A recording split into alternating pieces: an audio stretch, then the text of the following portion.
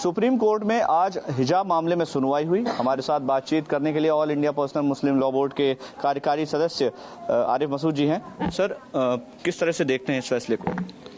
देखिए, मैं फैसले को इस तरह से मेरे समझ में आया कि जस्टिस गुप्ता हमारी चीज को एक्सेप्ट नहीं करा। जस्टिस धूलिया ने तो एक्सेप्ट कर लिया, जस्टिस गुप्ता उसको एक्सेप्ट नहीं कर सके, क्योंकि हमारे 2-3 सवाल थे जो बड़े सवाल थे कि हमको रिलीजियस फ्रीडम मिला है और जब मुल्क आज़ाद हुआ तो रिलीजियस फ्रीडम के साथ सभी मजहबों को अपना अपना रिलीजियस, तो उतना ही ज़रूरी एजुकेशन भी है।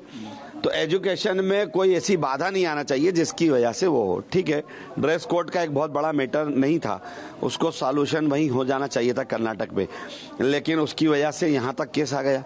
अब हमें उम्मीद है कि लार्जर बेंच में इस बात को 100% माना जाएगा। जहाँ एजुकेशन ज़रूरी है वहीं कॉन्स्टिट्यूशन की हिफाजत करना भी ज़रूरी है। ठीक है, आपको लग रहा है कि ये मसला बहुत छोटा था और इतने बड़े पैमाने पर इसकी सुनवाई की ज़रूरत नहीं थी, आपको ऐसा महसूस होता है? हाँ, मुझे लगता है कि इसको कर्नाटक में सही ढंग से टैकल नहीं किया गया।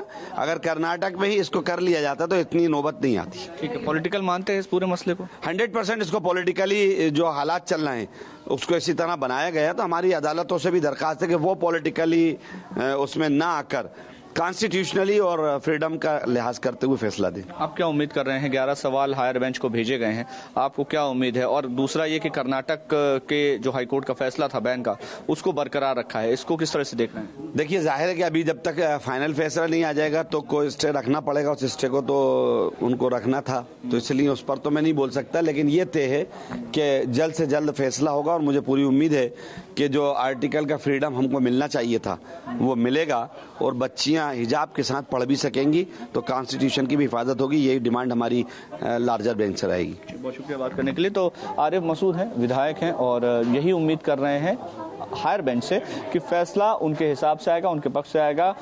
हिजाब में किसी तरह का अनकंफर्टेबल मसला नहीं है। हिजाब जो है वो मुस्लिम वर्ग की जो महिलाएं हैं लंबे समय से पहनती आ रहे हैं, उनको उसमें किसी तरह की परेशानी नहीं है। तो इसको पॉलिटिकली ना देखते हुए संवैधानिक रूप से देखा जाए और इस मामले में जो भी फैसला आएगा उस पर निगाहें बनी हुई हैं। कैमरामैन मुकेश के साथ मकरंद काले, TV9 भोपाल।